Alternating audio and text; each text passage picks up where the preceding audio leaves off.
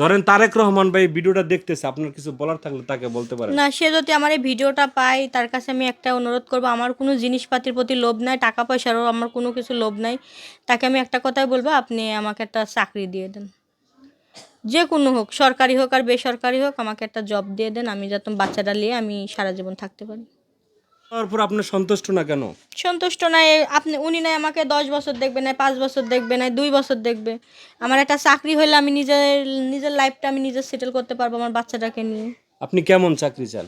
যে কোনো চাকরি। আপনার শিক্ষাগত যোগ্যতা? 8 পাস। 8 পাস।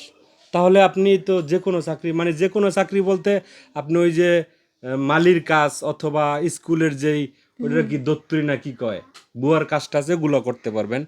মানে আপনার মোটামুটি একটা যে কোনো চাকরি হইছে, সরকারি বা বেসরকারি কোনো বিষয় না। বিষয় না। এই জন্য আপনি বলছেন যে আমার এত কিছু দিছে তাতে আমি খুশি না। না। ও আচ্ছা, আমরা তো কনফিউজ হয়ে গেছি, কিরে তারেক রহমান এত কিছু দেওয়ার পরও সে খুশি না। তো আমাদের প্রিয় নেতা, প্রিয় প্রধানমন্ত্রী তারেক রহমান ভাই যদি এই ভিডিওটা দেখে থাকেন, আপনি বিশেষ করে এই শারমিনাপুর দিকে একটু সুদৃষ্টিভাবে তাকাবেন। আপনি যদি পারেন তারা ছোট্ট একটা চাকরি হলো দেন, কারণ তার স্বামী নাই। এই যে সন্তানটা কিভাবে মানুষ হবে সে কিন্তু জানে না। এই সন্তানটার সামনের ভবিষ্যৎ কি, কিভাবে মানুষ করবে এটা কিচ্ছুই সে জানে না, কারণ তার স্বামী নাই। আর বাবা মা, আপনার বাবা মার অবস্থা শালে তো মনে হয় বেশি একটা না, ভালো না, বেশ একটা ভালো তারা না। আপনারা দেখে না। তো সব মিলে এই বিষয়টা আপনি একটু সুদৃষ্টিভাবে দেখবেন। আর এই ভিডিওটা যারা দেখতেছেন সবার কাছে বিনত অনুরোধ থাকবে, এই ভিডিওটা একটু শেয়ার করে দেবেন।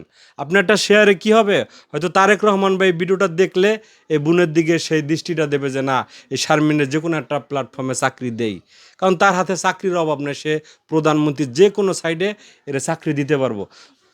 তো যারা এতক্ষণ ধৈর্য সহকারে ভিডিওটা দেখছেন সবাইকে অসংখ্য অসংখ্য ধন্যবাদ। সবার কাছে বিনত অনুরোধ বারবার করতেছি, এই ভিডিওটা একটু সবাই শেয়ার করে দেবেন। সবাই ভালো থাকবেন, সুস্থ থাকবেন। আসসালামু আলাইকুম।